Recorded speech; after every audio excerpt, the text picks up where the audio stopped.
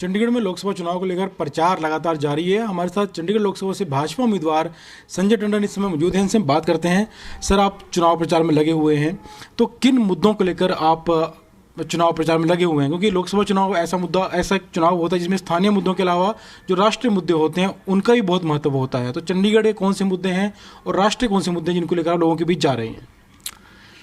देखिए, सबसे बड़ी बात तो इस समय देश के अंदर ये है कि आदरणीय नरेंद्र मोदी जी की सरकार ने जैसे पिछले 10 वर्षों में काम करके दिखाया है, एक आम जन को एक ऐसी ज़िंदगी मिली कि उसकी जो बुनियादी ज़रूरतें हैं वो पूरी हुई। अब उसके बाद जो है, अब विकसित भारत की इस यात्रा में जब आपका देश एक टेक ऑफ स्टेज के ऊपर है, तो टेक ऑफ स्टेज के ऊपर कोई पायलट नहीं बदला जाता। तो जो जहाज़ जिसने चलाना शुरू किया है, मुझे लगता है कि वही नरेंद्र मोदी जी देश का आज टेक ऑफ स्टेज के ऊपर लेकर जाएंगे और देश हमारा और ऊंची उड़ान भरेगा। तो क्योंकि चंडीगढ़ एक केंद्र शासित प्रदेश है, केंद्र के फैसले यहाँ पर चलते हैं, बजट केंद्र से आता है, जो योजनाएं होती हैं वो केंद्र द्वारा डिसाइड की जाती हैं, वहाँ से परमिशन लेनी पड़ती है। तो कौन से मुद्दे ऐसे हैं जो आपको लगता है कि चंडीगढ़ में ये सब बदलाव की ज़रूरत है? पहले मुद्दे रह गए थे, उन्हें पूरा करना पहले ज़रूरी है। देखो, मुझे लगता है कि कुछ जो मुद्दे ऐसे हैं जिनके बारे में जल्दी डिसीजन करने वाला है। एक तो प्रॉपर्टी की जो ट्रांसफरेबिलिटी है, उसके ऊपर एक सुप्रीम कोर्ट का निर्णय आया था जिसकी वजह से थोड़ा उस पर रुकावट हुई है। आम जन को उसमें काफ़ी तकलीफ़ है, तो उसको जल्दी से जल्दी उसको रिजॉल्व करेंगे। दूसरा उसके साथ है चंडीगढ़ हाउसिंग बोर्ड के छोटी छोटी चीज़ों की कोई वायलेशंस और उसके साथ जुड़े हुए जो उनको नोटिस आते हैं, उससे काफ़ी आम जन को तकलीफ़ होती है। उसमें वन टाइम सेटलमेंट के तौर पे जो मेंबर पार्लियामेंट की कमेटी बनाकर उसको जल्द से जल्द उसको रिजॉल्व करना, ये भी हमारी प्राथमिकता रहेगी। तीसरा है कि सोसाइटीज़ के मुद्दे हैं, उनकी ट्रांसफरेबिलिटी का मुद्दा है। कोई किसी ने बालकनी बना ली, उसको नोटिसेज आ रहे हैं, उसके भी ऊपर एक वन टाइम सेटलमेंट और उनकी जो ट्रांसफरेबिलिटी को रैशनलाइज करना, एक ये मुद्दा रहेगा। साथ ही साथ एक गांव का मुद्दा है, जहां पे गांव में रेड लाइन के बाहर जो घर बने हुए हैं वो घर जो हैं वो बस सकें, वहां पर उनको बेसिक सुविधाएं बिजली पानी की वो मिल सके, और जो लाल डोरे की जो लाल लकीर है उसको एक्सटेंड करने का मुद्दा है।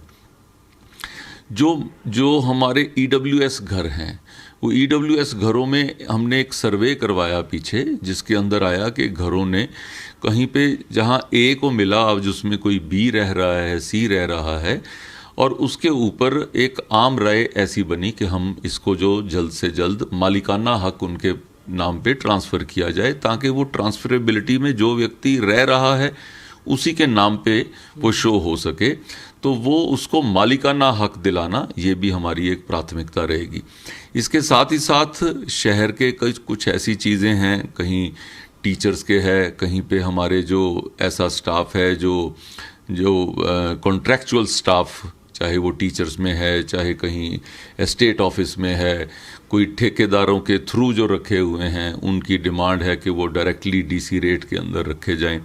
सो इस तरीके से मुझे लगता है कि शहर के अंदर ये मुद्दे जो है जल्द से जल्द इनको रिजॉल्व किया जाएगा, और एक हमारा प्रयास रहेगा कि हम जल्द से जल्द मेट्रो, जिसके बारे में एक बेसिक प्लान बन चुका है, उसको जल्द से जल्द यहाँ पर शुरुआत करने की तरफ आगे बढ़े जी। लेकिन जब चुनाव की अगर बात करें तो गठबंधन का जो उम्मीदवार है आपके सामने, तो क्योंकि कांग्रेस का उम्मीदवार है, लेकिन आम आदमी पार्टी भी समर्थन कर रही है और वहाँ के जो लोग हैं वो भी उनके लिए प्रचार कर रहे हैं, तो यानी दो पार्टियाँ भाजपा के खिलाफ चुनाव लड़ रही हैं। तो क्या दोनों पार्टियाँ इकट्ठी होने से भाजपा के ऊपर असर पड़ेगा? आपके चुनाव प्रचार पर इसका कितना असर पड़ेगा, कितना मुकाबला आप मानते हैं?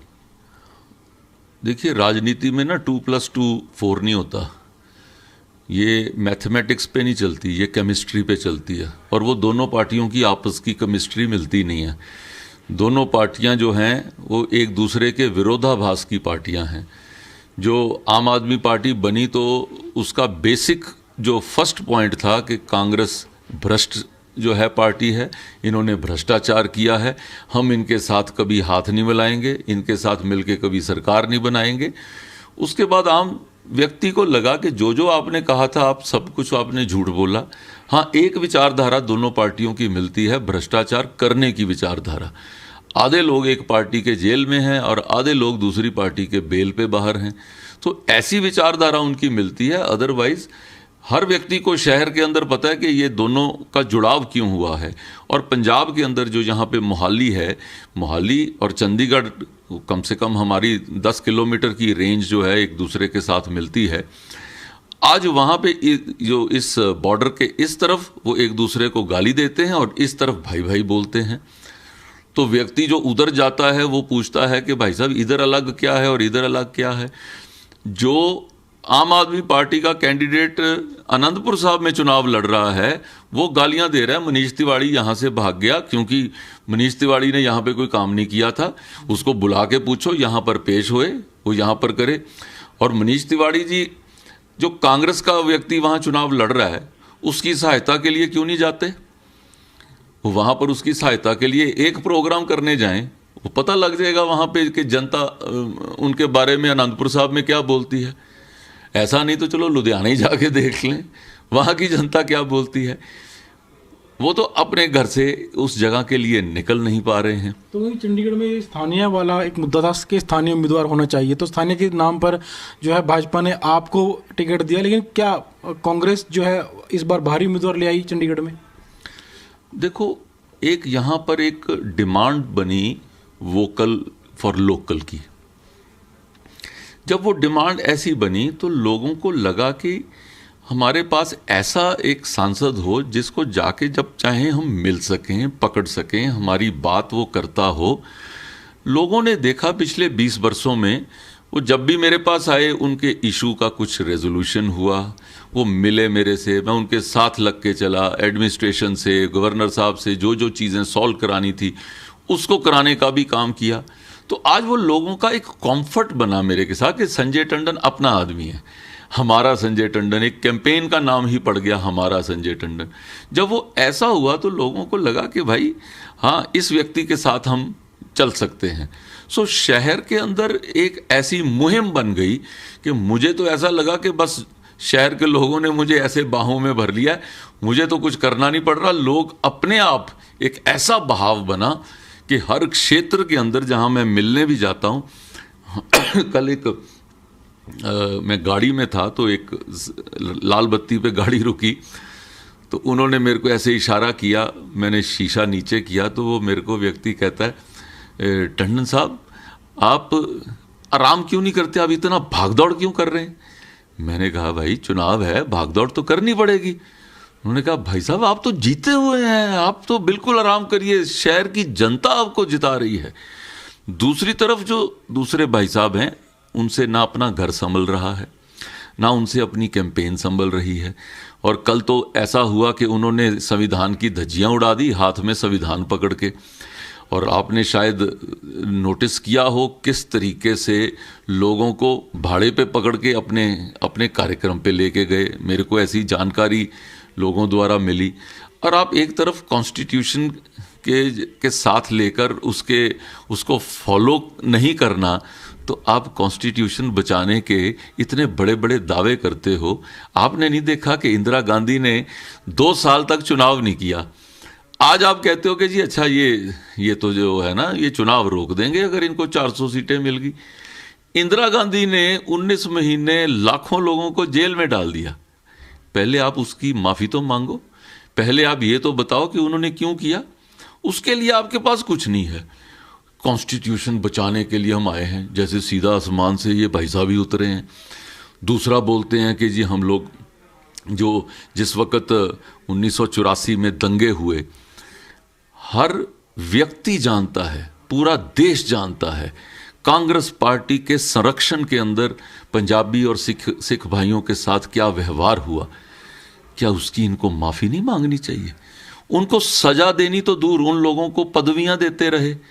आज नरेंद्र मोदी जी की सरकार आई तो उनको सजा मिली। कौन व्यक्ति इनके लिए वोट डालेगा जी? आज वहां पर अगर करतारपुर साहब का कॉरिडोर चालू हुआ तो नरेंद्र मोदी जी के होते हुआ। जब वहाँ पे जो तालिबान की सरकार आई, वहाँ पर जो गुरुद्वारा साहब का वहाँ पर जो जो गुरु साहब का जो संरक्षण करना था, वहाँ स्पेशल टीम भेजकर वहाँ से उनको बाइज्जत वहाँ से लाकर अपने देश के अंदर जो रखना, वो सारा काम मोदी जी ने किया। वीर बाल दिवस जो 26 दिसंबर का, उसकी घोषणा मोदी जी ने करी। और आज सारी दुनिया जो है वो गुरु साहब के साहबजादों की शहादत को प्रणाम करती है, क्योंकि उस दिन को ऐसे सेलिब्रेट किया गया पूरे देश ने, दुनिया के अंदर।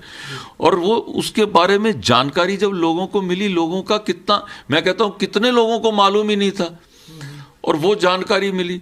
जब वहाँ पे जो लंगर जो चलता था, तो लंगर के ऊपर जो टैक्स लगता था, टैक्स की एग्जम्पशन हुई, तो वो भी मोदी जी की सरकार ने करी। मैं कहता हूँ किसी भी ऐसे कार्य के लिए मोदी जी कभी पीछे नहीं हटे। और हमारा तो जो बचपन है वो तो गुरु की नगरी में बीता हुआ है। हम लोग तो वहाँ से ऐसा शिक्षा लेकर आए हुए हैं। मेरे को तो हमारे घरों के अंदर आम तौर के ऊपर पाठ होता था। तो ये व्यक्ति जो इसका जिस ढंग से ये कहते हैं कॉन्स्टिट्यूशन की बात करते हैं, इन्होंने किसी भी जगह पर संविधान को जो है उसको बचाने की कोशिश नहीं करी। दूसरा, जब रिजर्वेशन की बारी आई, संविधान कहता है रिजर्वेशन सिर्फ SC ST और OBC की हो सकती, इन्होंने उसमें से उनकी रिजर्वेशन को काट के उसमें धर्म के आधार पर वो रिजर्वेशन कर दी। तब क्या संविधान इन्होंने बचाया?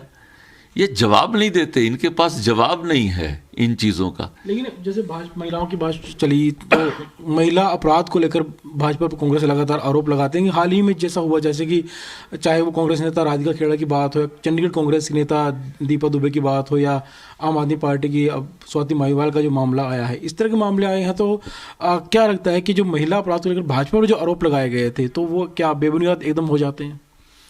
देखिए, इन्होंने महिला सम्मान के प्रति इन्होंने कुछ नहीं किया, महिलाओं के संरक्षण के लिए कुछ नहीं किया। आज तो चंडीगढ़ के अंदर यहाँ तक लांछन लगी कि कांग्रेस के जो लोग वहाँ दफ्तर में बैठते हैं, तो वो महिला जो है उसने कहा कि मुझे कांग्रेस के दफ्तर में जाते हुए डर लगता है। ये किस महिला सम्मान की बात करते हैं? ये किस महिला के संरक्षण की बात करते हैं? और दूसरी तरफ आप देखिए, महिलाओं के लिए प्रधानमंत्री जी ने गैस का प्रबंध किया सारे घरों में, महिलाओं के लिए उन्होंने जो टॉयलेट का प्रबंध किया, महिलाओं के लिए उन्होंने 33% रिजर्वेशन का प्रबंध किया, गर्भवती महिलाओं के लिए उन्होंने 26 हफ्तों की लीव जो है उसको किया, जो लखपति दीदी बनाने का जो कार्य है, जो 1 करोड़ बन चुकी हैं, अभी इस बार 4 करोड़ का लक्ष्य रखा गया है। मैं कहता हूँ कौन से कार्य के लिए वो हमारी सरकार ने काम नहीं किया जो बहनों के संरक्षण के लिए? इन्होंने आज तक सिर्फ खोखले वायदे किए हैं, किया कुछ नहीं है, धरातल पे कुछ नहीं किया। आज जब मुंह की खानी पड़ रही है, आज ये बड़ी बड़ी वायदे कर रहे हैं उसके अंदर कि हम इतना जो है वो आपको इतना पैसा देंगे, 1 लाख रुपया देंगे। आज वो फार्म भरते हुए इनके लोग पकड़े गए। जब पकड़े गए तो आज संविधान की धज्जियां उड़ा दी आपने। हिमाचल के अंदर 1500 रुपये पर मंथ का प्रॉमिस किया था, 1.5 साल हो गया है, किसी को 1 रुपया नहीं दिया। झूठे वायदे करना ये कांग्रेस का पुराना तरीका रहा है। आज जनता जान चुकी है कि ये अक चुकी है कि ये झूठ बोलते हैं, और इस चुनाव के अंदर इनको ऐसी मार पड़ेगी कि ये जीवन भर याद करेंगे। जी, शुक्रिया सर। तो ये थे चंडीगढ़ लोकसभा से भाजपा उम्मीदवार संजय टंडन, जिन्होंने तमाम मुद्दों पर बातचीत करते हुए कहा कि जो चंडीगढ़ या देश के लोग हैं कांग्रेस के झूठे वादों से तंग आ चुके हैं। कांग्रेस ने पहले बहुत वादे किए, जिस राज्य में सरकार आई वहां पर वादों को पूरा नहीं किया, और इस बार ना सिर्फ चंडीगढ़ बल्कि देश में भाजपा की सरकार फिर से बनने जा रही है, और नरेंद्र मोदी तीसरी बार प्रधानमंत्री बनने जा रहे हैं। वीडियो जर्नलिस्ट राहुल दीवान के साथ विजय राणा, जी मीडिया, चंडीगढ़।